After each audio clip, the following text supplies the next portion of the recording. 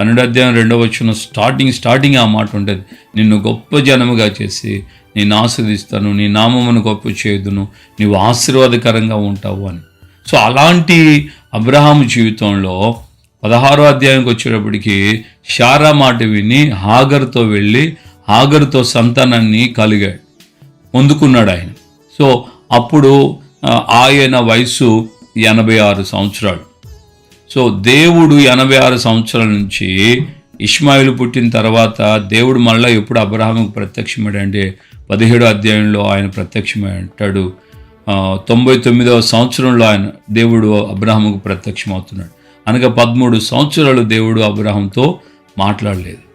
So ఇక్కడ అబ్రహాముతో మళ్ళీ ఆయన మాట్లాడుతూ ఏమంటాడంటే, నేను సర్వశక్తి కలిగిన దేవుడును, నా సన్నిధిలో నడుచుచు నిందారహితుడిగా ఉండానన్నాడు.